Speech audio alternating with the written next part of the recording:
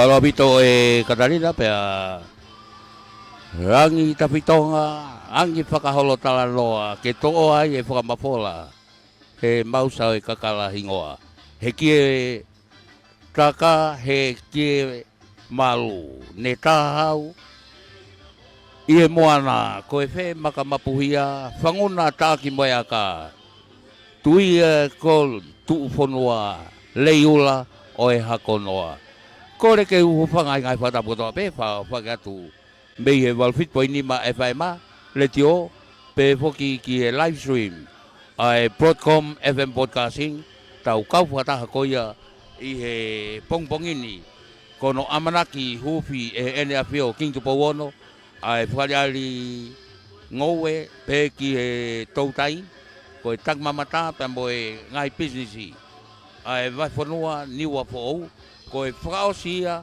o e whariari ko ia o e tauni o ku tātuku mai pe ki he taulanga putu pea i he ahoni o ku malumalu tā mai pe ai malae ko la tu fui peka ko e malae fokia o ku whao koai ai whariari i he tau kotoa pe ai vai whanua niwa po ou pea i he taimini ko si mau katoa ngai pare pare ngai ai kau tangata koia mei tōkanga pe kau whiwhine mei parehanga kau tangata koia ngā tai pea o si mau moe a whio anga ono teuteui e te vita tarifolau pea moe family tarifolau whapofau pito pea moe ngahi pare pare e le tuu tangata kai koia i e mala e la tu fui peka koia ne tu tamai pe ai haere i he pongpong koia o e ahoni wharaha pe pea moe kau mui wholau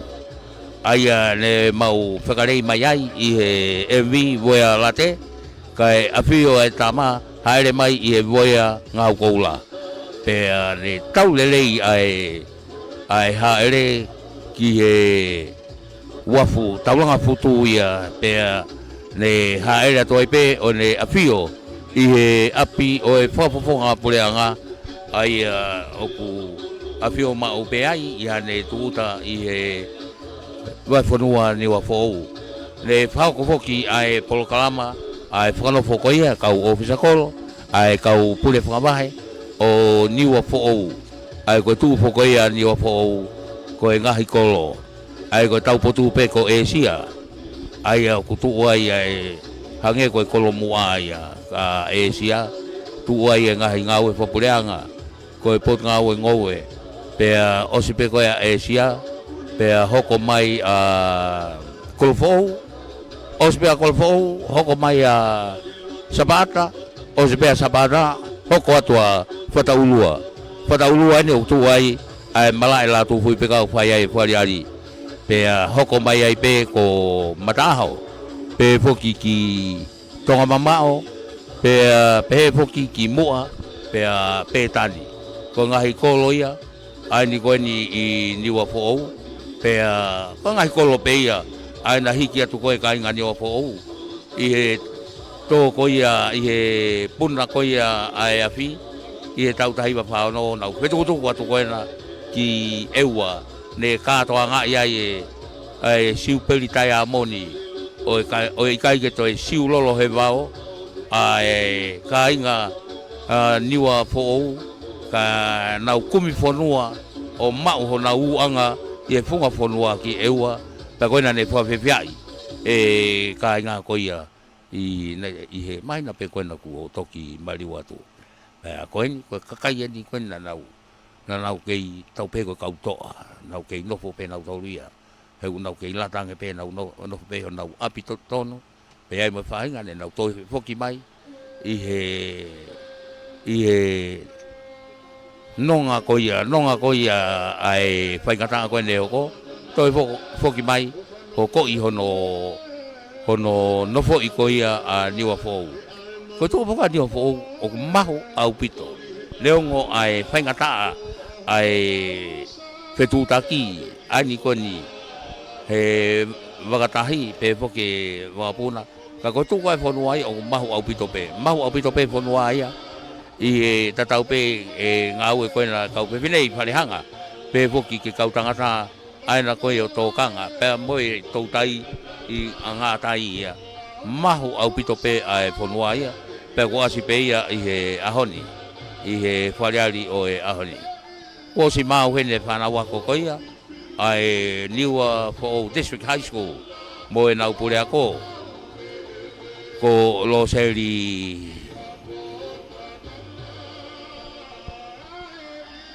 pe poki kia nau to ko lo saline lo seri pe poki kia whanau ako pe poki ki nau tolu ai kau whape ai te nau tataki ai poloklama koia o e pompoini neongo.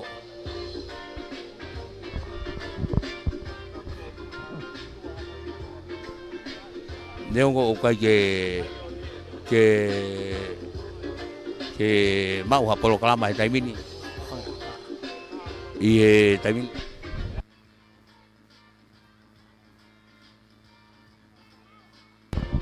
Koia i he taimini.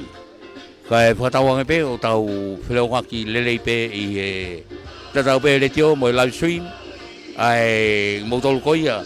Kai ngā koe Niua Fo'ou mou i tua pureanga, pe tapa koia o tua pureanga o ku mou mea mai e live stream koia ai Broadcom FM Broadcasting ua e tātari whiawhia mou tau o mou kei o mou mamata mai mou whiawhia koe kai ngā ini o nau kei whiawhia pe o nau kei whetang tui pe fumaka mo whiawhia mo io mononga mo i whie maari e pea koe ahoni io koe ahoni e tue io he kumoni lau ai pununa ke koe mā e mau he kakama pe ko hai tene mau ai pare koe ni koe kau trao lunga ini kau pepine ko te vita talipolau koe whaiongongo a malolo ia talo me ngai taimi koe tada iki siaki talipolau ai whaiongongo koe ia le tio tonga i taimi koe koe la kona whanau e nau whameite koe i he ahoni i ke tatari koe ni ene apio King Tupo Wono. Pea koe na koe ngahi pare na ku osi i e tawaki koe na ki uafu tau pe kamata pe meiai ko tau taia koe ngahi momona kehe o seni o kuiai ai uo ai peke ai ika whainga kehe koe ika, whainga kehe pingota. Ai ni koku mau koe ni i Niua Fo'ou. Whainga taa whoki koe ke lawa whaangota tau pe i tai mamaha. Ke whai ai ha whahe te pupulu, hange koe whaoko i tonga po ngahi peitu koe ia o koe ai hono namo. Ka ko Niua Fo'ou koe moana pe, pea koe uku pe mo e tau mo ngai whakatere.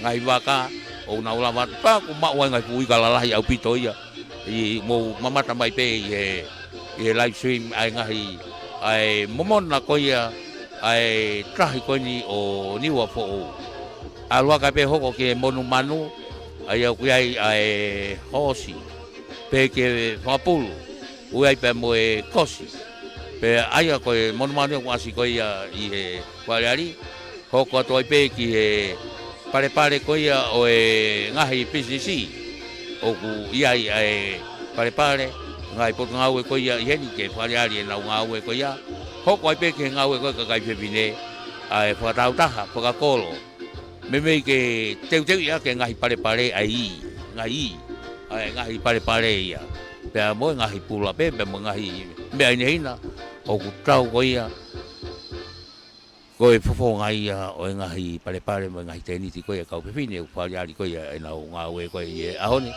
Takai mai ai pe koe o hu koe moto le tu kwa Niua Fo'ou hau koe mei Asia alu koe ki Petani tau pe foi tawa koe ki Petani o hu koe ki tahi koe fu ai ato ka ngā me ngau tangata ka wha koia o Niua Fo'ou o ku whapawa pita asi mai ai kawa pe foki ki siai ne koe hopa koe ufi koe talo tonga talo futuna koe whahinga kehe koia o siai ne oku ia katoa I he taiminia I he pare ko ia I he taiminia oku o atu pe mo fasi ko me DJ mo tau tantari ai pe I he wakai foko ia ki he ngahi pare ko ia ko mena ko ke foki I he ahoni oku kei tu o ai pe a hingoa ko e aminiasi pongi e te wakai ki ai he ku mei ke le hanga ko e pa ko e tangata fa o pe ia o e tau ko e whare ari ngō e wha mui taha ko ia na e tangata wha ai pe o e tau a minea si pongi ai lahi au pito hono ngahi pare pe malumu mai ai e whare ari he whai tau koe na e ua pe tolu ko hi foki ko e whakangata ko ia mo e tātā pongi e kau a whanua ko witahi wa ka I he tauni o ke hoko atu pe ai tu mo unga ai ngai pare ko ni o ameniasi o ku me ke le mau e ia pare e tafa ai ko api tu hau ngoe I le leitaha pe ke api tu hau mahu taha mo fo taha e ka taha ke ua api tu hau ngoe tu fio le leitaha mo fo taha ko mala ufi to ka moa tau taha lai taha mo le leitaha Maala ufi toka mui tau taha lai taha pe mo le taha pe ke to taha ngau e kawa tonga kalasi ke lahi taha mo fa taha kalasi fa pe lahi ange ko e apikolo to mei kalasi ke lai taha mo fa taha kalasi tol pe lahi ange pe ke apikolo to mei to po lai taha mo fa taha ko falawa te ngai pare ko aminias pongi ko e to talo tonga le taha mo lahi taha kalasi ke e ua pe lahi ange to talo futuna le taha mo lahi taha os ngau aki ki e mau mea tokoni to taha ngau e upilei le taha mo lahi taha iha whahinga kalasi pe o I kaito e si ifo ko ia e fu upilei e ni manoa mo e to lo akau le taha mo lahi taha kalasi ke e tolu pe lahi taha apikolo to sinai takala lahi taha mo fa taha mo to taha to pene lahi taha mo fa taha apikolo Pea ko ia fo pe ko ia ne to mau e pare makehe ko e fa o e tau ai ko a mina si pongia I e tau ko toa ko ia pe ia o kune mau ngahi ngoa ko asi mai e ngai I ko fifine o ku asi I he ngahi pare la lahi au ne mau e pare taha ua ai ko tina kaluia o Asia o ku tuifio pe ai ene ai ngahi fua ko ia to kanga kumala to kawa tonga to manioke to siaine to meleni io moi lo akau le taha mo lai taha to fo pe foki ki he api uta to fanakio tai ke tau wakai pe ku anga fefe ai tupu ko ia fanakio ka ku to ia io ko te vita kai tu fangatua ko ka mau pare la lahia a milias pongi o fataulua tina kalo Asia le mo te vita kai tu fangatua o mataaho tai mini ku rofo kau matapure ki o nau no fuanga e tai mini Pai fatongi ai pe e ahoni ko butua buaka pea mo tapa pea oku I he kau matapule ko ia I he ahoni ko viviri pe foki ki katoa ki wailahi Iai pea mo leka pe foki ki auhi ko ia ko kau matapule ko I he Amana ki ke tatari ko ia hau e otonga King Tupo Wono ka hanga ko ia e ku tau lave ko ki he folau mai ko ni o e foli ali ngoe aki mau tolu ko ni ka mui e taka falu ele afio pata ma ka mata pule pe ai lau pisi e ki ko ai waha folau ka ko tau la ma hau fokia ai siana la hia ene whakawhainga maare e mea kotoa pe I he ha erea e haue o tonga ai waha folau I o au mai koe ni ki he ponua mamata niwa fo o kamata pe ni langi lelei mo tai lelei wawahe ko ia mei wawa o lahi au mai ko ia ki niwa top tapu pe au mai ni ki niwa fo mo e fa mo pe to pe a he foki atu ko ia ki he lolo a lai walu o hoko pe to pe ki he whakatonga aia kei taimini kei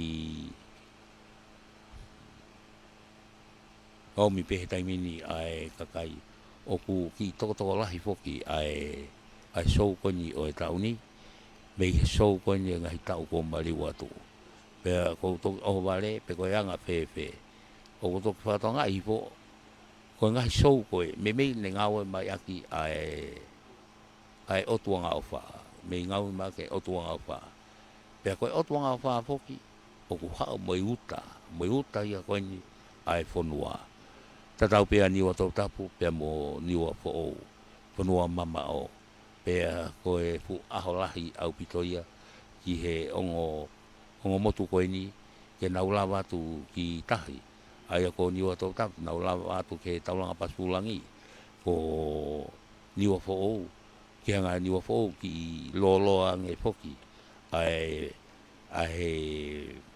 mama o ko ia me kolo ko ia no foi ki taulanga pe to e hake mo unga to hifo e telea o sai abu te pe ani o fo ia o fi pe ai no fo pa ngo fu pe mo lahi pe ngai me ale ko ia ke fitu ko ta ka ko unga e ku love i ko ke honi o ku to lahi ko unga ko tau mai ko e o tuanga fa ko to lahi ta hai o ku nai i wa fu na to lu ia o ku mahu inganga na to ai uta he te nau no fo na to mo uta i he toinga ko ia ke to tau mai ko ia ai waka hoko mo uta hoko ia ngai koloa pe ngai me ko na fie mau fa ho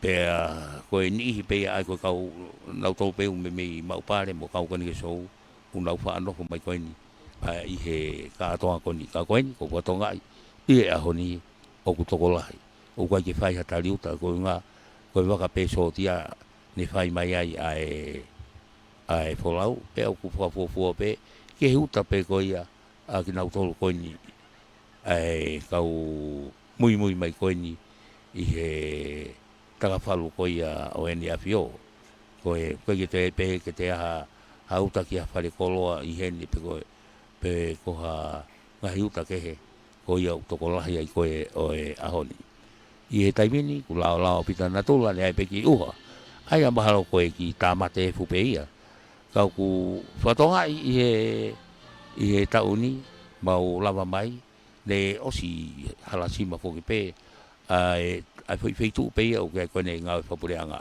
ia e fa fo pureanga i Asia pe i mau le mai o asi daki tanu e hala fa pito ai o hoko mai fo ki Asia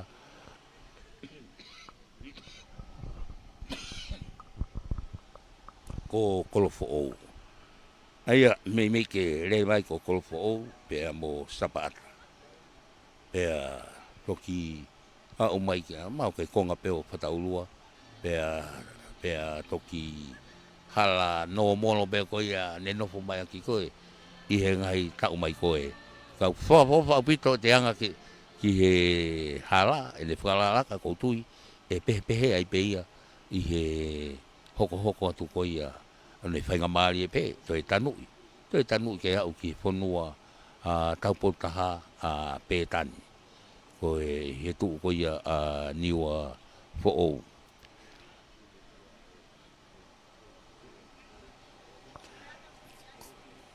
e ko o si whai foki ai siwia ki mo a ko ia o e whiauhi ai ane wha tautou i pei ai programa koe nai pot ngawe ngowe i he letio pe i he ahoni koe ngahi pare ko ia o gai ngahi toksiwi pe i he aho ko ia hange koe pare whawhawhataha pe mo e toko taha ngau e tau taha whawhawhataha o parehanga pe ki tōkanga pe mo e tautai toki ui ia tu ai ngahi pare ko ia a nai ange pe ko ia koe tu ia ko ia I he taimini me he ai whamatala ko ia ko atu koini me he malae la tu fui peka ia I he ahone.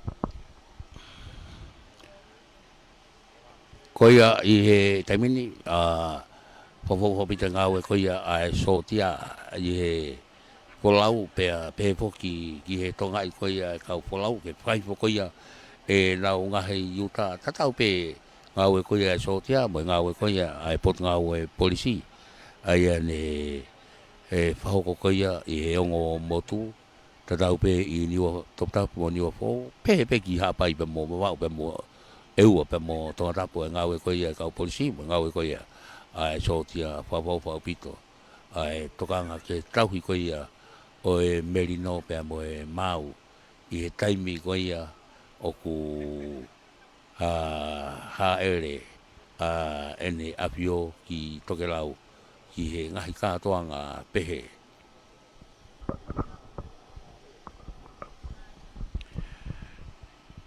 polkala mai o e pongpongini pe mo e wafit poini ma FMA pe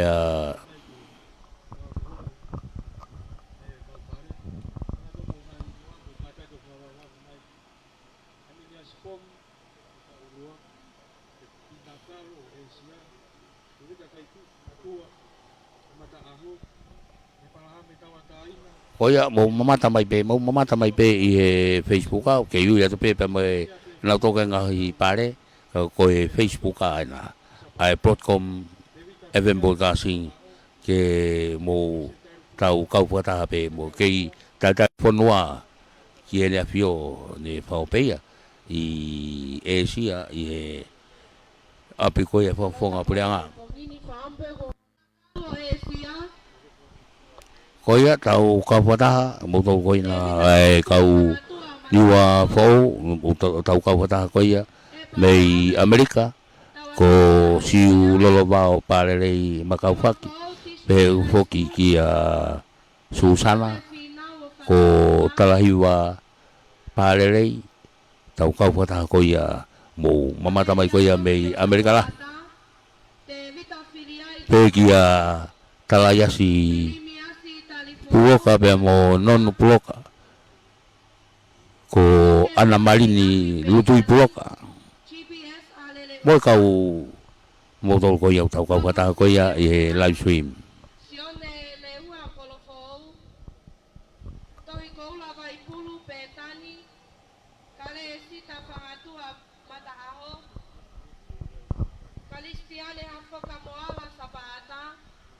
Mele palutonga sapata mate aki tawataina Asia sio ka pesi liva yomuha Henry Marconi talifolau mataulua GPS atonga mamao lotu taliauli o mataaho siasi tawat siastonga tawataina vai fonua ni wafou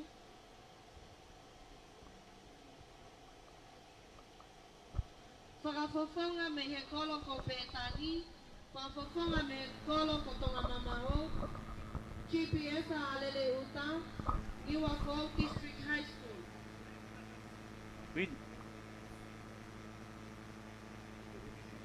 Amini asipongi o whataurua, te wina kaitu, whalatua o mataho.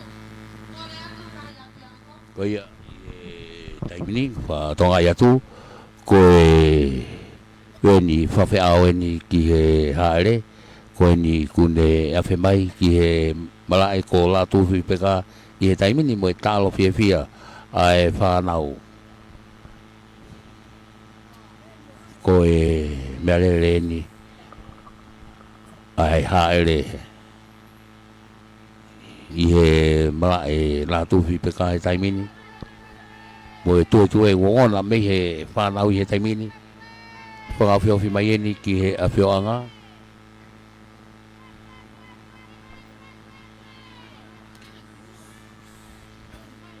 o si taitari atu pe ai wa pe ao pe foki e potonga e polisi pe mo e sotia ono taitari e he fonfonga whalelea ngoni wa tau hui pe ki e ko wana wawau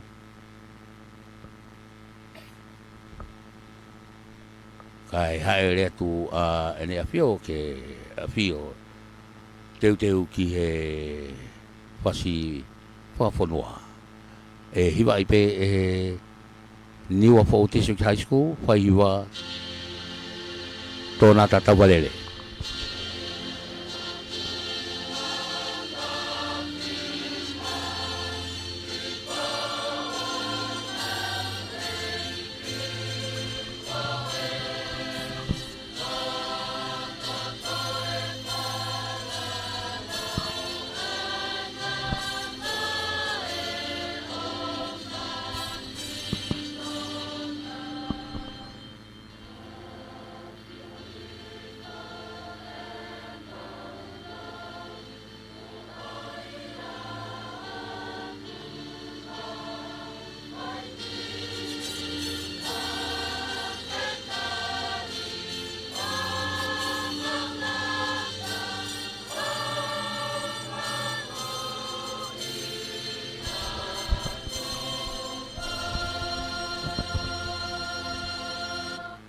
Pasa fonua. Ko whatau kei ko ngaua ke programa, whaukat peia, e CEO, e pungau e ngaue, toke tāwia manu.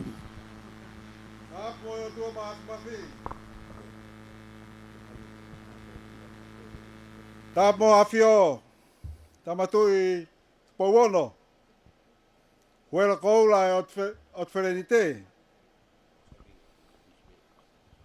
Wa tāmo i tuunga kotoa pē, hā kotoa pē kutonu whakatapua. A whake whakatapua e tāmo i motuani, whai ate whatongia kono whakahokohoko, polo kalama ho tau aho. Kamata ake tau katoa ngaha plotu. Kako himi, e lawa tue he whai whikaupure se stonga tawa taina, pene a kauola. Ko wholwhola, whahoka tue he pātere tauhi paraokia, ni o whaou, vehe ki te malukula. Kako e lotu e tok whahoka tue he whai whikaupure, se suesiriana tawa taina tō ngā whai whikau fret wakauta.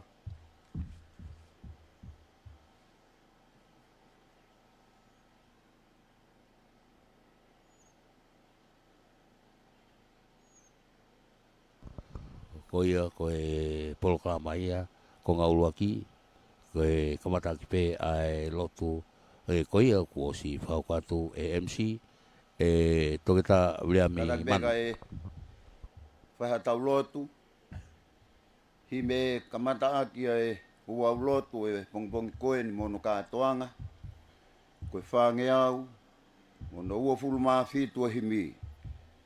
Kore ati mo mea ke tau hiva, lawat pēa vesi ulaki, ka tako whakakata mai vesi wā, mo vesi ni mā. Tau hiva, ngau e tangata ngau e, he kuhau ai pō. O e whakahau e, o e mālolo, o tama oi. Hanga atu lewa, hanga ngau e lewa, a beke i pongi pongi, o e mou mohea.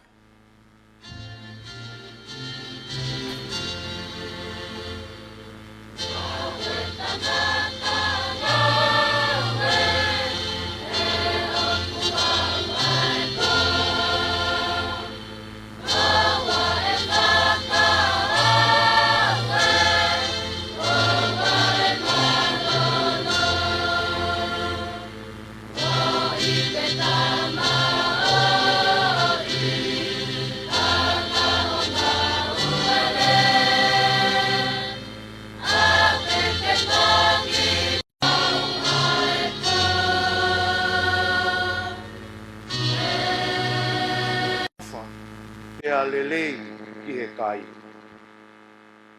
Kai umaa ai akau oi mo ui ki he loto ngowe. Moe akau oi ilo ki he lelei moe kowi. Na ia i Hawaii tafe, na e tupu i teni, ke whakaviviku ai ngowe. Ia i ene hū ki tua, ne mā wahe koe matawai e whā. Ko hingoa e uraki matawai o Pisoni. O ia o kune takatakai i hono kotoa o e whanua ko Havila. Ai potu o kuiai ai koula. O e wholafola tō nuia ai iki. Ko e lesonia me folfola e whaukatia pātere. Me kite e malukula ko e tauki palokia Laurotu. niwa fōu. Yo tua mafi. Ai a Fiona ko e tufunga mo ui o e universi. Ko e whatu whanua o e lalolaan. Ai a Fiona ko ho mā i moa whakatupu. Oku kei lau ma ui ai. Ai funga vai laki mo e tāki mo e aka.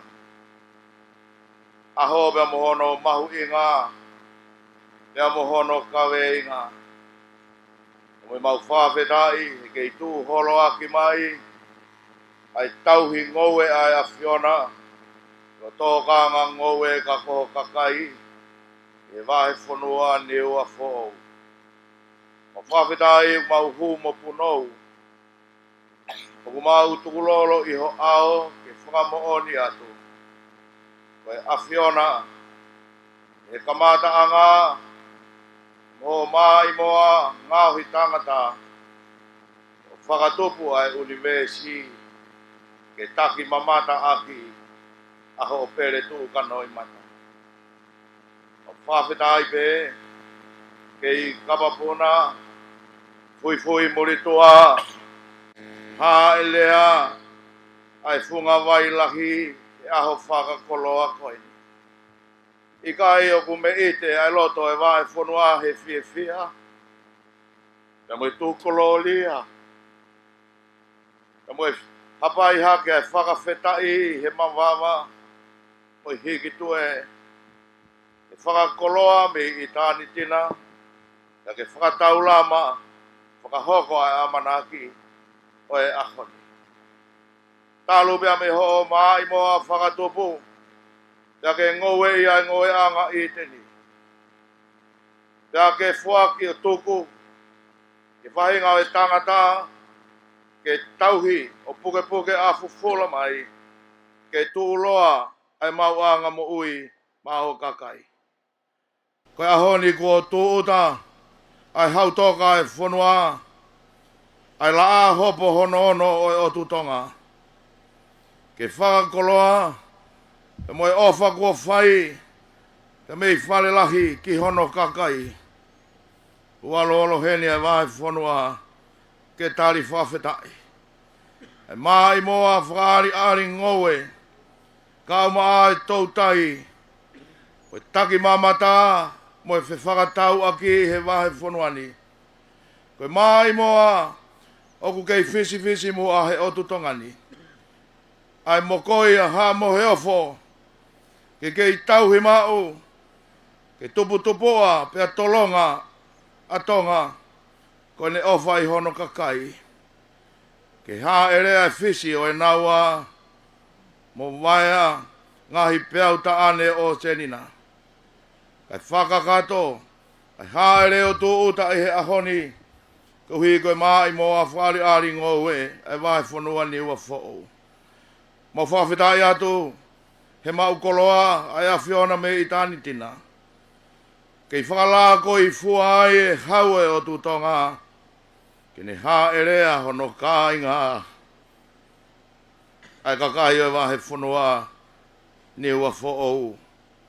Ka ke whakapā e matawai o tūloa, kei tawhi tauri ki ai e funga vai lahi, ka uhi koe ahoni pia mohono mahu inga. Koe maulotu ke he a Fiona, oku hoko, ko e mohu mea, o ku hoko ko whakakoloa, o ku hoko ko tāna ki anga mo ui ki he wahe whonua, ai hā erea, he tamatui, ka uma ai mui mui fulau, ai ongo tamai ki pirinisi, ia pihe ke kau fulau, te whawhonga, ai minista ka uma ai potunga aue, o ngoe ka uma ai tautai, taki mamata mo e whakatau aki. Ai kei whakaola ai awhiona tō kanga, ha moho kei whakaola ngātai mo e nima mea a wharehanga, ka uma a ho taki mamata, e whunga e whanua ko ke teu aki, ai whakaofu ofa mo e lauma ui ui, ke i lanu mātai, ai whunga whanua, ai whunga wailahi. Maulotu ki hoa whio, ha erea mua ho lau maari ma oni oni. Tāpua ke haue o tutonga mo e whare ha mo he ofo. Ke kei moni monu moni tonu ai pule atu pohu, mo e taki ki he whanua mo ho kakai. Pe kei tonga pe a tonga o tūloa, ke kei tauhi atu ki he otua mo ui ka koe awhiona. Ke kei ka whataha mo whipoupou aki, ke taha ai wahe whanua i he awhiona. Ha ere mai, whai e whakoloa mo e whakakato, ai mai mua whari aringo e honi. Pake ha ere mai, ke whakalanglangi i aho mai mua, o ke hoi fuai ki ho pani, te mai mua whari aringo e, atu pou pe mo e whanua. O e langlangi mo Gloria pa ke whai te riha pe, he mau mea kotoa pe. O mau kore eni ho hua whako sisu klaisi, ako ho mau whaka mo ui, emeni.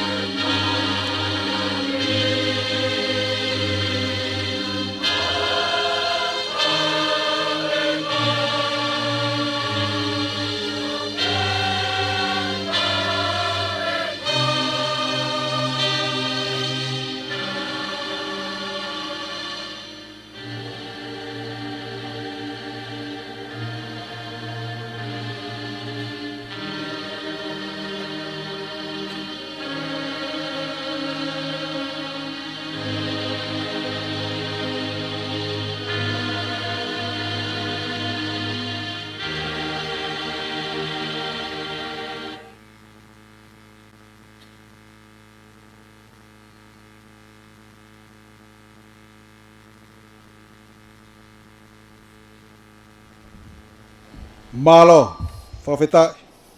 Whawhetai. Tō puaka whai kore whamore more. Ko e rea taritario e aho. Kua kore ki he kowana e wahi whanua wawau. Ka mai o niwa. Kene whakahoko atu mua. Kore whamore more atu. Ka whio.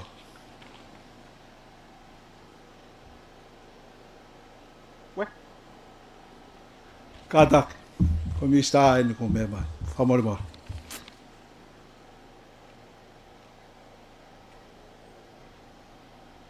Poe.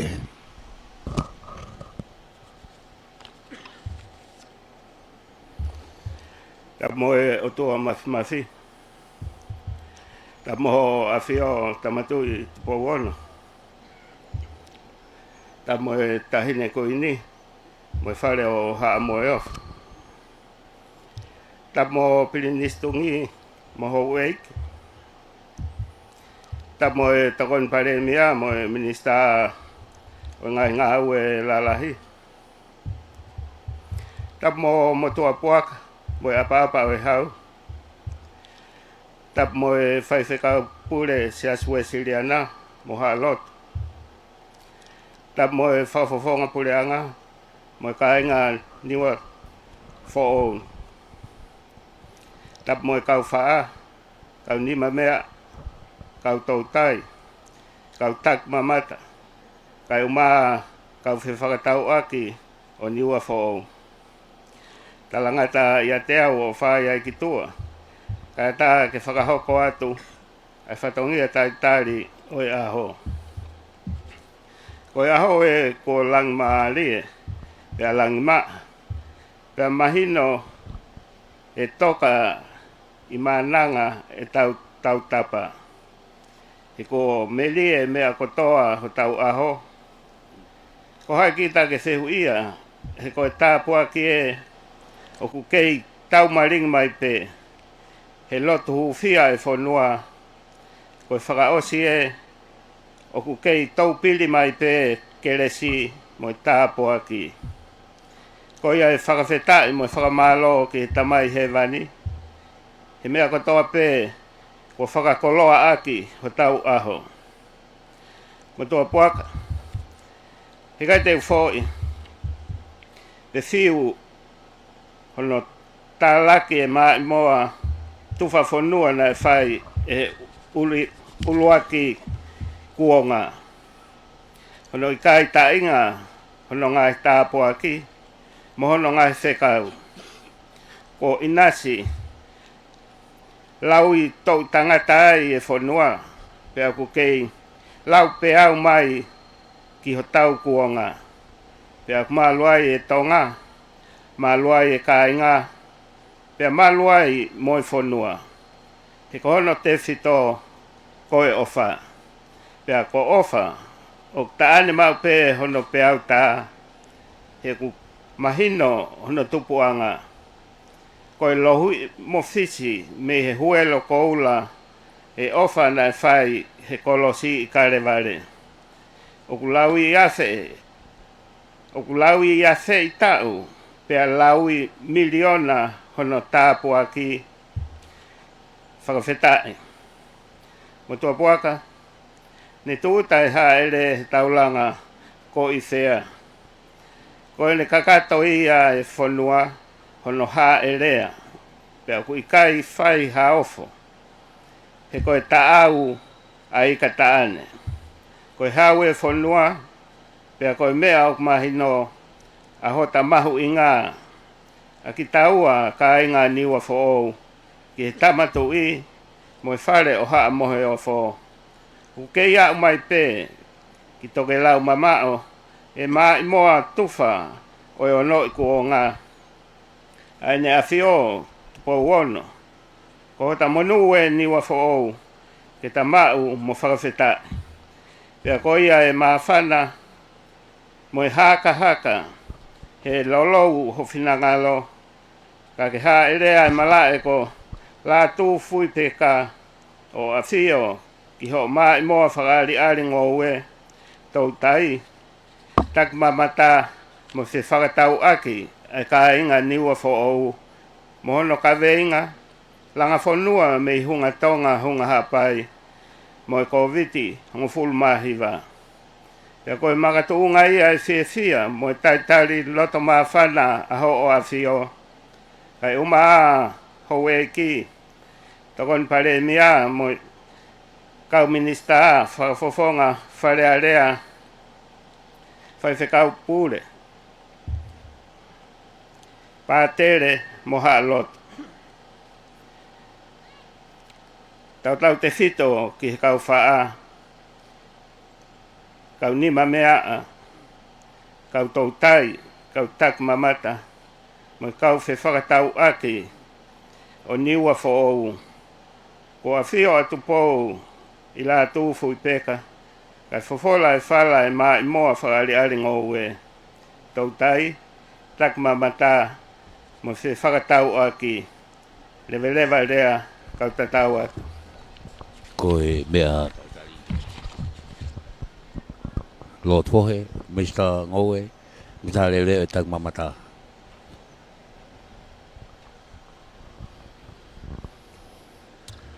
Malo, ko tau programa hanoko ko e fuak pare. Ka ko korea te kau fuak pare mo katak fotutu mai mua ki mua. E uraki pe potunga e ngowe. Ua ka mau pare tau tai. Hoko ai mau pare o tak mamata. Patek whakao si rewa he mau pare whawhetau aki. Ko ki nau tolu ni ai kau mau pare i he ola o e ahi ki mua o vai fonua niwa fo ou. Uluaki e ap tuku hau ngowe i rerei taha e kai taha ki he ua. Uluaki he toko taha tō pere lahi taha mo whaofo whataha.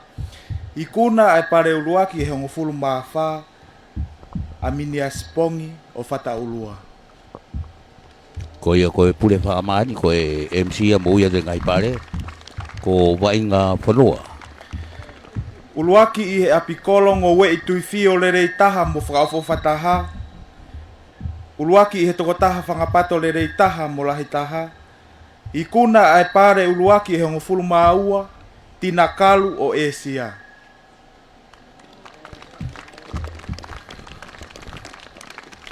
Uluaki i he toko taha ngowe hopa lerei taha mo whaofo whataha o sifua. Uluaki i he toko taha whangakosi lerei taha mo lahi taha. I kuna ai pare uluaki e hongo fulu, te vita kai tuu whangatua o Mataaho.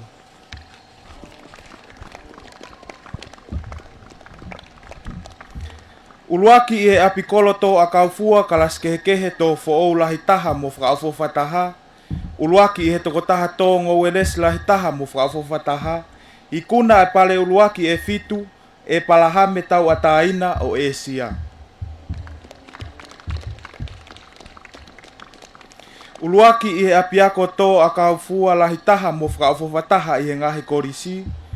Uluaki i he apiako tō matalaya kaurerei taha mo whaofo whataha i he ngahi korisi.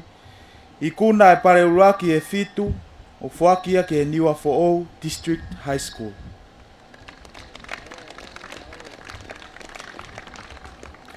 Uluaki i he tokotaha tō manioke kalaskehekehe e tolu pe lahi ange. Uluaki i he tokotaha tō pele lahi taha mo whaofo whataha ak tuku hau. I kuna e pare uluaki e nima, lisiate whinau o whata ulua.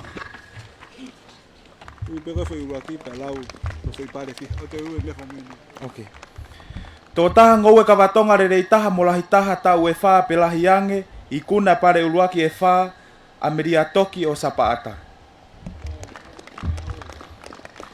Api uta tō mei lahi taha mo whaofo whataha fu mei e nima pe lahi ange, i kuna e pare uluaki e nima, te vita whiriai o tonga mamao. Uluaki e api koloto a kaufua kalaskehekehe lahi taha mo whaofo whataha, i kuna e pare uluaki e tolu, pirimilose tarifolau o whata ulua.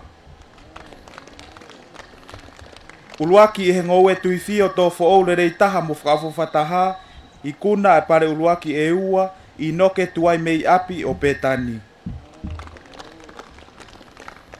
Uluaki i he apiako tō a kaufua lahi taha mo whaofo whataha i he ngahi lau tohi si i kuna e pare uluaki e ua, GPS a lere uta. Uluaki e toko taha tō Vestapolo le rei taha, whakatau mua ke whakatau watu, i kuna pale uluaki e ua, longo sime o mua. Uluaki e toko taha tō talotonga le rei taha, mo lahi taha tō fo'ou, i kuna pale uluaki e ua, sione le ua o kolo fo'ou. Toko taha ngou e kawatonga le rei taha, mo lahi taha, tau e taha ki he tolu, i kuna pare uluaki e ua, tohi koula vai pulu o pētani. Uluaki e apikolo tō wahi le rei taha, ua to e si hifo he fuwahi e ua noa, kare sita whangatua o mata aho. Uluaki e apikolo tō whanaki o le rei taha, Karistiane Hafoka o Sapata. Apikolo tō mei lahi taha mo whakawhawha taha fu mei e nima pe lahi ange, mere palutonga o Sapata. Tō taha tō pinati lahi taha mo whakawhawha taha, ma te akta wa taina o Esia. A moa whakatō le rei taha, mo whakawhawha taha, sio kāpes Levi o mua. Tō taha ngau e siaine le rei taha mo whakawhawha taha o Sifua, Henry Makoni Tarifolau o Whataulua.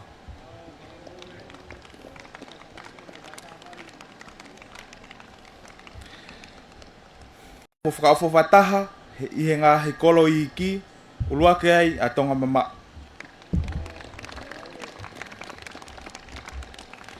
A piako maataha mo whakawhawha taha, i he ngahi lautohi si i, uluake ai a GPS-a a lere uta. A piako maataha mo whakawhawha taha, he ngahi a piako korisi, uluake ai a Niwa Fo'ou District High School.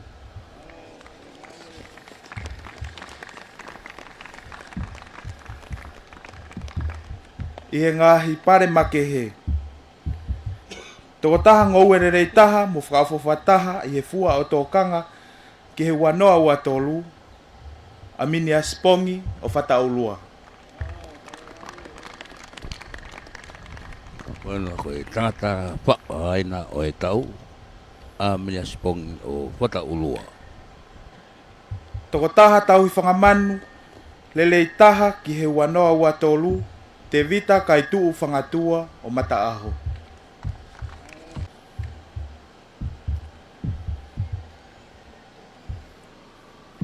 I he ngahi pare. Pare whakakolo le rei taha i he fua o tō kanga o uluaki ai a Esia.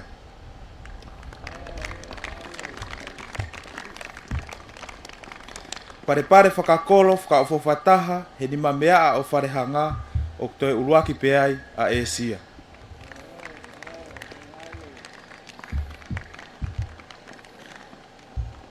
Pare whakakulupu whakawhawha taha i he fua o tō kanga o uluaki ai a Pētani.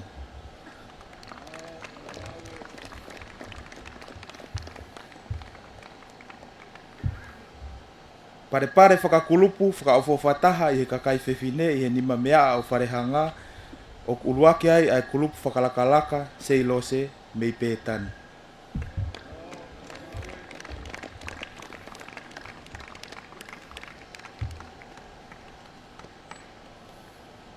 Pare tau taha, whakawhawha taha, he kakai tangata, o uluaki ai a te vita whiri ai o tonga mamao. I pare tau taha, whakawhawha taha, i he kakai whewhine, o uluaki ai a vika lavelua o kolo fo'ou.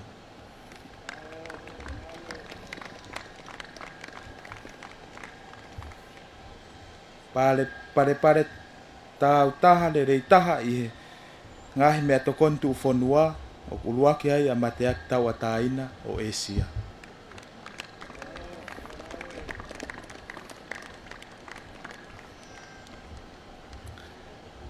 Pare whakasiasi le rei taha i he fua o tō kanga o uluaki ai a sias Wesiriana tau a taina tonga mamao.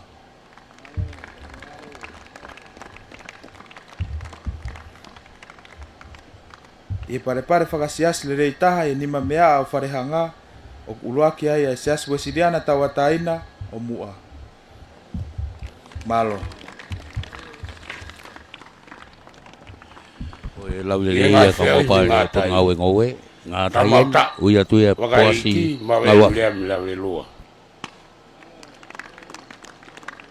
Tau tai whakatere, pau e whakanaua ka ores. Pare tau taha, mau e whiwhita pita. Pare whakakolo, mau i sapata. Whaunga whakatolonga, mau e mansiu kata.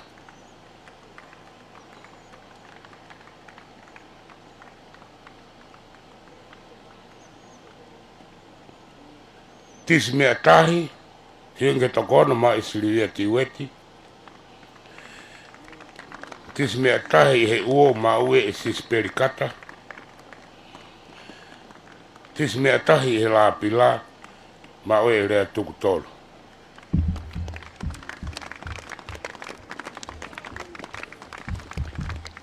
Tulo watu moto puaka mo tapa. Oi tak mamata uia tuia poi ngai pare. Tak mamata tonga. Honorable Fekita Moeloa ke fuaki ko popo ke mai mo faari ari ngoe wa no wa tolu fatonga ngo vaheua ai kolo ni fo ke ngai kolo iki mo ngai kolo lalahi pete ko mata pe me ngai kolo iki ko pare uluaki o ahi kolo iki ni fo masani wa no wa tolu ku ku nai ki mata aho ko pare ua o ahi kolo iki ni fo masani wa no wa tolu ku ku nai ki tonga mamao ta ko fakao se pare mo pare tolu a hikolo iki niwa fo masani wano wa tolu o kuikuna ia ki mua ko pare uluaki ki a hikolo lalahi niwa fo masani wano wa tolu o kuikuna ia ki fata ulua ko pare wa o ku ikuna ia ki sapa ata pa ko faka osi mo pare tolu ki a hikolo lalahi niwa fo masani wano wa tolu o kuikuna ia ki kol fo malo o ipohi vai a boe pare ai ponga we ko ola ngai fi auhi ai potunga fi fata waki mo langa fa la fa economica ko ngai ola me he sekto ngai fa me a ulaki he to ta hanga he ta wala fa fata i fa ko ka mo ilo fo ulaki he to ta hanga ki ki ulaki he to ta hanga hi lolotonga fa fo nu le rei taha ko pare ulaki o fo ki ga mere palutonga ko to ta tui te nga whakatonga i whakaukau mo ilo fo ou, ko pare uruaki, o whakia kia mere mafitonga. Toko taha ngai seti mea teu i whakaukau mo ilo fo ou, ko pare uruaki, o whakia kia mere palutonga. Toko taha ngai koloa mea tokoni whalautu whanua, whao whataha, ko pare uruaki, o whakia kia ana sisiria puniani. Pare ngau whakamea mo koloa whakatonga e kakai whewhine i whakaukau mo ilo fo ou o uraki ai Niwa fo ou District High School. Pare rei taha i sektoa ngau whakamea a ko uraki mere palutonga. Mo toa puaka mo tapa ko ngata ngai e whakapare me potungau whakatau aki mo langa whakalaka whaekonomika. Ko e pare ia ai potungau e whakatau aki mo e whakalaka whaekonomika le uia tuia peni la kai. O malo, whawheta, fukoloa ko inasia i hokai ngā niwa fo ou. Whamore atu kuto puaka. Mahalo ki whima wege whalerei he whareari mai moa whareari hono hoko. E teke ulawe ia whiauhi he tisi o whato. Pe koe fua i malau. Wa whiauhi he tā manu uri. Koi ai koe ngahi o waui ai. Kai ngā ei ke tamatui. Ukai ke ulawe i ne whaha. Ha whiauhi ai. Maka koe whamole maha koe whia mai moa hano hoko e tuk whaha whotu ki ai. Koe whamole atu mo tō puaka. Whei tau lalo peho a whio. Tau pokolama hano hoko ke hae rea mo a ahi. Whariari ho kāinga. Ngowe. Au maa ni ma mea Kainga. Tautai. Takmamata ka pehe ki he whiwhakatau aki. Upro kalama no ko malo. Koe whawhi, me he CEO ai pungau ngoe, toke tā vea manu. Ki e ne awhio, ke ne haere, ahi ke awhio ki he fua tōkanga, pe ki he ola o whenga ki nau tolu koia me ngā tai, moe nima mea koia ai kau pawhine whareanga, koia e kamata me he tapaki koia ai ngahi fua koia o e whanua, aia koe tapaki a koe ki mata aho. Ki mata aho, ka koe tapaki a ki tahi. Aia taimini, ululu pia mo e pātere, me ki te malakula, ka maafoki, a nau koe ne nau whai patongia i he lotui. Au lotu koia, o e whareari koia, o e ahoni pia koe ni, koe kau mui Heni tapale na pio tama ko pirinisi tungi pe foki patua pua ka kouhi ka ma foki a eiki e tani tuaho fofu pule anga ko frat papani ko pe foki ki a vivili ko whakanga ko e minister o e potangau e lalahi ko 17 tau moua pe ki he tuan panemia Honorable Sami Kuita Waipulu.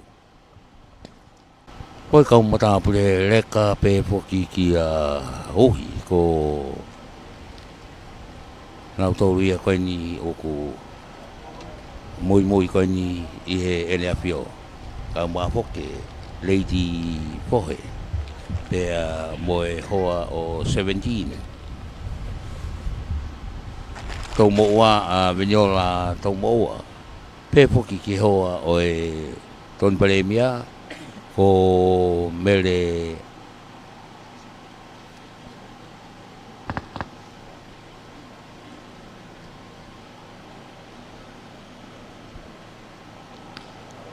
Vaipulu kau he kau mui koe ni. Ai hange koe neu lawe ki ai o kamata pe me fua koe ia tōkanga. Ai koe tawaki ki tahi, pea mo tawa koe na ki mata aho. O lele hanga tonu ia, ai lele ia i he tawaki koe na ki hala. Tawaki a koe ki hala, koe hala ia koe hau pe koe na mei futu alu ai pe kona au kena ke taupotaha ko pētani. Koe ku whewholofolai he taimini a Niawhio ngō ki nau tolu koe kau tangata wha koea o e pare koe na e fua tōkanga. Pa hange pe koea ne lawe ki ai a CEO, tonu pe ke ai ha pe au makehe ki he malau pea moe manuri aia koe manuri aia koe mao mea tokoni koe mea tokoni ai ka inga koe o e fumaka aia koe na uo ki tahi o tangi hangeha o si ilo pe na utolu ia ai whainga tangi koe o ku hao ai koe ai manuri pea ta ile vaia o nau mao mea tokoni me ai hange pe koe malau ko no fua lahi hange pe foi moa koe pare koe tau tai o ku ai ai ongo foi malau e ua pa wai pe pa mono fua ai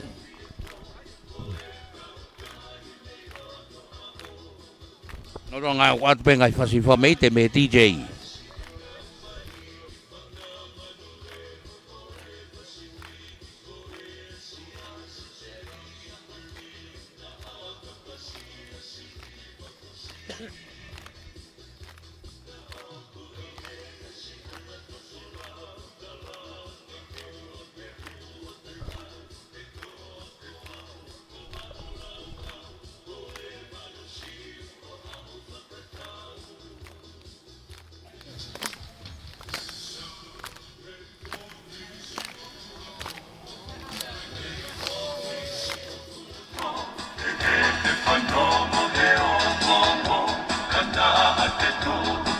o ia foi lele hanga tonu ko ia ai wa oni fa so si foi lele hanga tonu ko tawaki ko lele hanga tonu ko ne pale pale mei tawaki tahi ki tawaki ko ia ki hala ki foi hala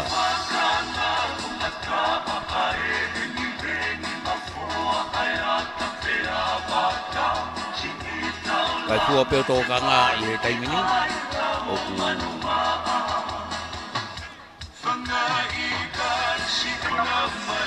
ke ai ko ia ele apio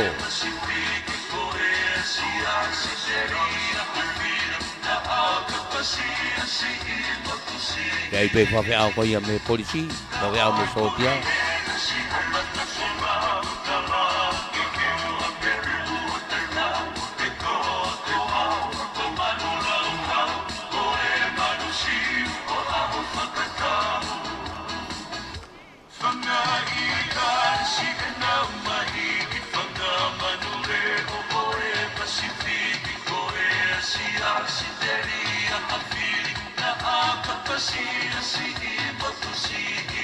Kai mini ko pare pare ai ni ma me ai ka ko video pare anga ai au kia ai ko ka kolo o kia ai tau taha ai ko klub pa hinga ke o la langa ko ia o pihu o fala o fainga ke fala pihu ko kia mo tau mala I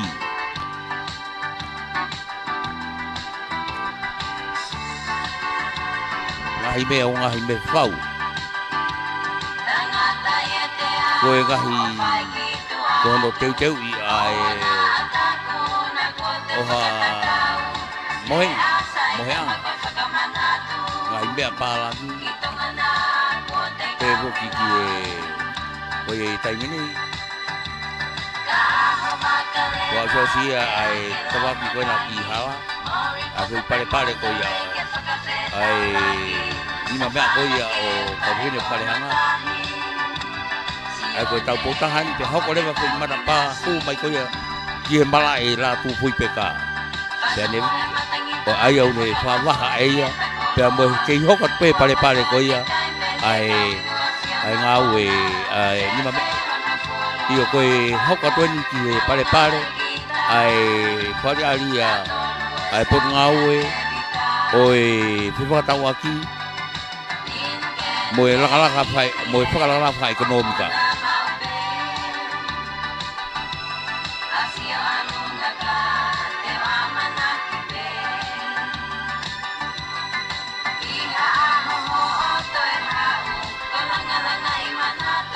ia ia ngahi tui koe tui e ngahi wala ia staila ke whiwhakatau aki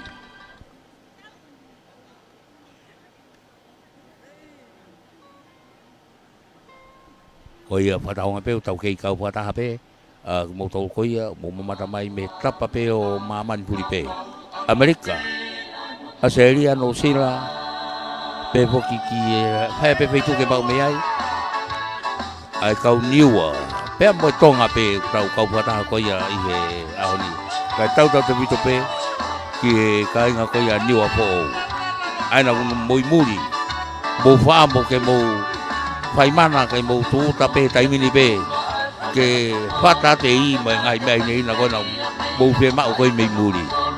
Koutou I koe ko I tuaki le leien ki he kau niwa po kau wewini koe o nau tila koe na pa moe mou tolu koe na mei muri koe na mou mamata tonu mai pe.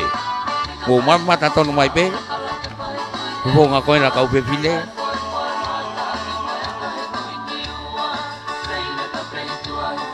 Toki whetu take pe telefoni ngai mea koe na mou whe mau. Ko niwa fōu pe mo niwa tau tapa. Ko tui koe o teki whanonga he le tio tau whaongo na toke he le tio ai whanongonongo ki hai mo hai ki haa pai pe ko wawau. Koe whanonongo atu ki he raranga na tārea ki ai ko fiu he tari kai ke au ke aha ko kai ke o mai e avele wa koe ki he kau polisi ke whahanga au e ka koe O te koe whanongo awia ki a whanongo pei a kaulalanga ai au nau business pehe I ni wa fo mo ni o tap ko tui o ku pau au pito pe ai ngahi petu taki a goya tau fai to tonu pe kai ngai a ni o tap mo ni o fo o kai ya nge ko ha pai mo wa au ke pa no no holo ko nai le tio ka goini wa mai ni ki e fa o si apio ki e mon manu ko yo ko mai ke fa ya ni ko fa o si ni ko tou tai o ku fa polo ma o pe ai a ene apio I nei ngahi ha ere a ko ni fa ya ko mai ko ni ki e so ta tau pe ai ngahi vai ko o ta pe I tonga tap ewa pe ki ha pai baba ni wa tong tap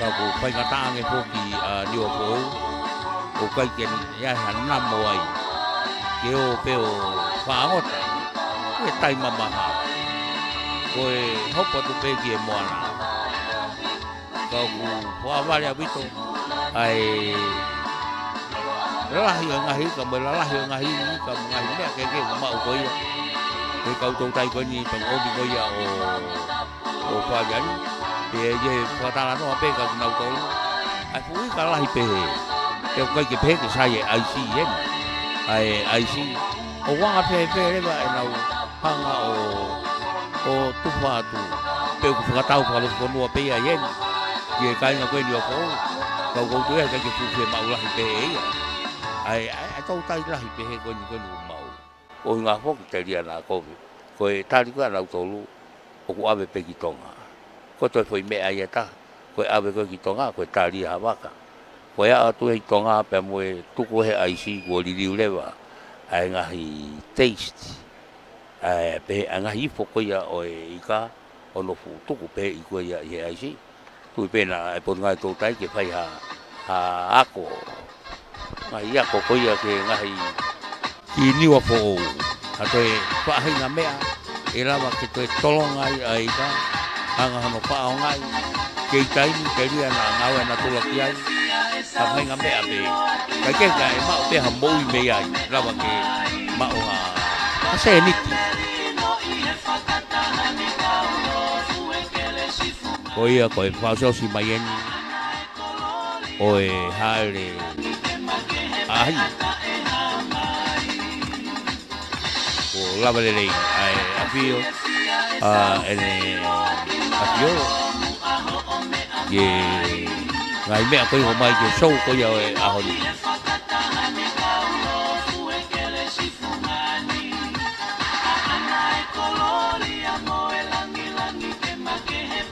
me mai ke hoko atu ko ia ai programa ai ko mea whamaro e whaukopeia e he whapuponga pureanga o wapunua niwa pou kula papani ka e hokot pe koe MC pe o toketa William Manu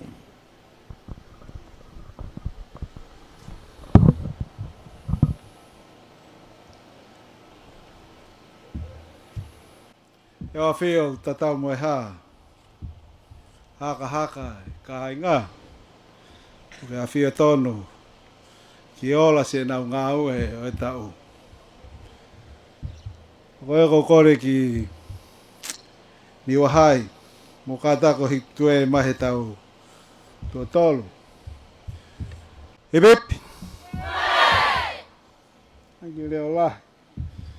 Hip hip. Faus, hip hip.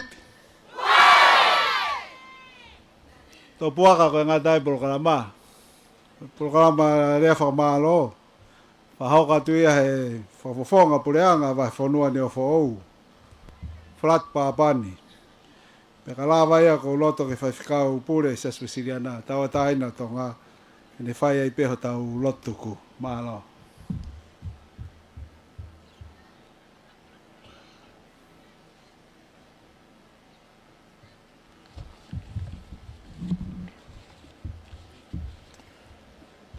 tapu pe mo o tua mafi e ngai tapua ki ku ne foa ki mai ki tau tolu i a koen po tapu atu ki ne afio ki tu po wono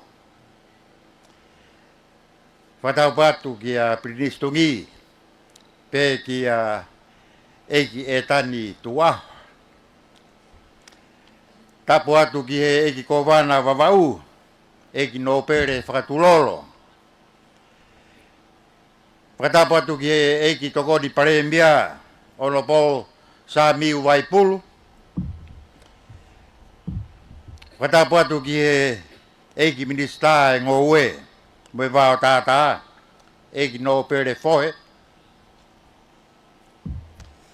tapu ki kausi o kotoa pe tau i heni i whareari ngoue o ahori. Whatapu atu ki he kau tangarai ki whaife kau moha a whakaurunga tonga. Whatapu atu ki he kakai kotoa pe o e funga makani o tau i heni i malae la tu fui peka ke whakahoko e kātoanga whareari ngoue o e uafe uan tolu. Tō pe mua ke o atu e whakamalo lahi koeni ki o awhio. O awhei tauralo. Ka ke ha erea e whareari ngoue. O e wahe whonua niua fo ou ki he uafe ua tolu. Pepe ke hoiki o e pure anga. Ho mo manatu i mai. E fu maka mamao. Mori aki, kako niwa fo'ou. Manatu ki he lau ai forafora, whekau aki pia moe sipi e taha. Ko e sipi e taha na e whai hono whekumi o mau ki he tapa. Ko e tapa whonua, ko niwa fo'ou e tapa e whonua. Ka kuhange kia te au ko lata pe, e toko lahi ia, i e sipi e hive hiva. Kore whamore atu pe he tūnga e whakareari ngoue. Boni pe laua himi, oua e momoi he ko mau ngā tanga. Pea te whahoka tu pe ai ngahi paro parema o whe kauaki pea moe motuni. Ko e taha ai ngahi parema ko e whanga puaka wahao o fu tokorahi a hen. Ko e whakahoko mai o kune maui ai ngahi ngoue anga i niwa phone. Pea kore atu ki he tokoni paremia me kau minista mo tokoni mai wai fie ma ui haki ice mate aniwa fo'o ko e anga maheni ko e malolo pe ko e whakahoko ia mea ne toki ose mauki mea whakaeki heni na whakahoko na e tanu ia adeafi ko e malolo pe pea nai whakahoko rewa ia. Pea ko ia mau whamu ke ai maha mau ki aisi mate. Ko e mau afu. Talu e vela ani wafou he whao no. Whetutuku panau whoki mai i he nima walu. Te ipe ke whai hanga au ia ki he vela ko ia mo e wafu o niwa po'o. Kapa te mau mea ki he mea nae haerea ni awhio. Ko e makawela pea ku nae simai. Te ki aha wafu ia e langa. Pea koe ni o whakahoko mai. Ngari na whakahoko hono langa ai wafu o niwa fo'uni. Mala e whakapuna. Niwa fo'uni pe o ku kei mala e musie. Lahe mala e kau kei mala e musie. Mau whakahongongo atu. kia whakahoko mala whakapuna dia phone. Niwa phone pe taha u te ke ai ha palasi ai. Os palasi ko toa atongani.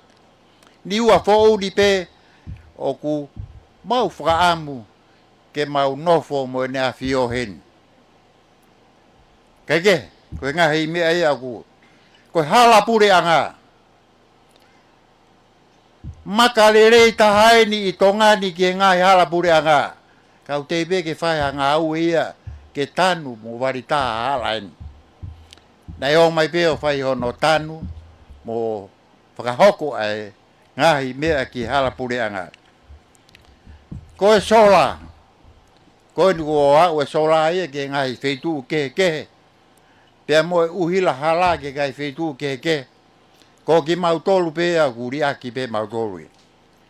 Kaku mau whaamu ke whakahoko a mau uhila sola.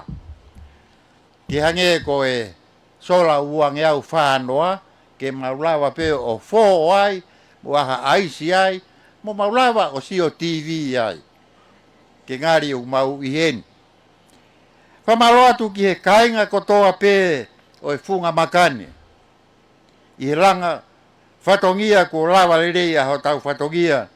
Aia koe whakareari ngoue o e uafe ua tolu. Pe uatu e whakamaro lahi kai ki mou tolu. Ai kainga ni o whogo toa pe. Koe whakaosi pe ki ho afio King Tupo Wono. O maurea whakataha mo e wholofola Filipai wahe wha vesi ua tolu. Ke ihe a Fiona ai ofa a sisu kalaisi o tae ngata pea tae ngata. Amen. Rewa e malanga tua vat.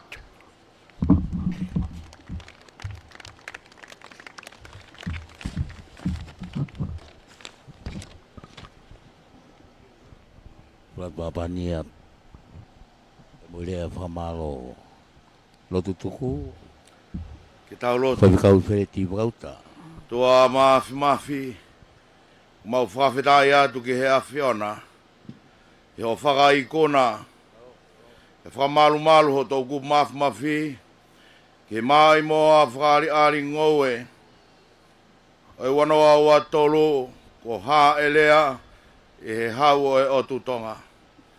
Ka mau tari whawhetai, he mau koloa mei i tāni tina. Amana ke riwa ki atu, a hoopani ai hau e whanua. Whakamore moe whohei nāmo ki tauranga u. Whare loa te ria la aina i wahanoa. Ke whaulo ho skaina, ke whamama e hala whanonga. O e langlangi mo gloria ba ke whai te riha pe. He mau mea kotoa pe. Ko kelesio tau eiki ko sisu kalaisi. O whalahi ai o tua ko e tamai, whio hitu mau molau maari maa oni. E whakapulu ea, e hau e otu tonga. O me whare o haa moho e ofo. O me otu tonga ni mo e funga wailahi. Pea whai pe o taengata, pea taengata, emeni.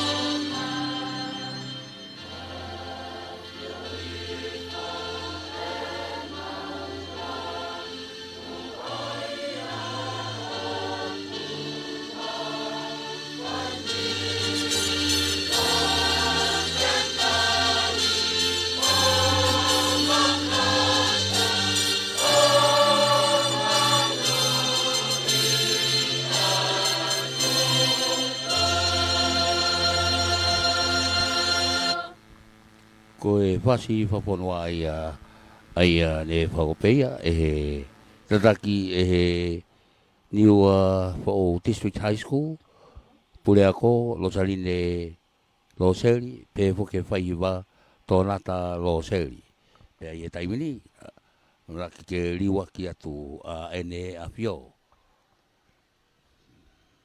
ko e minista o e ngowe pe fo ki e fo nga pleanga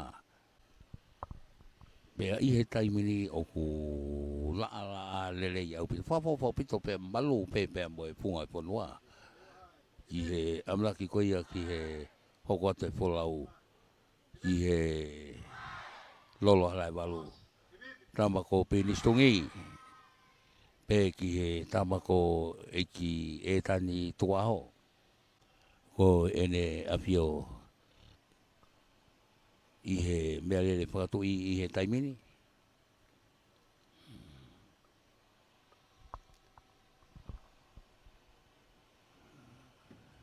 ma o pe mo e veni koe ni ai whawhi au pea koe lava le leia o e kātoanga whawhiawhia kātoanga whamawhana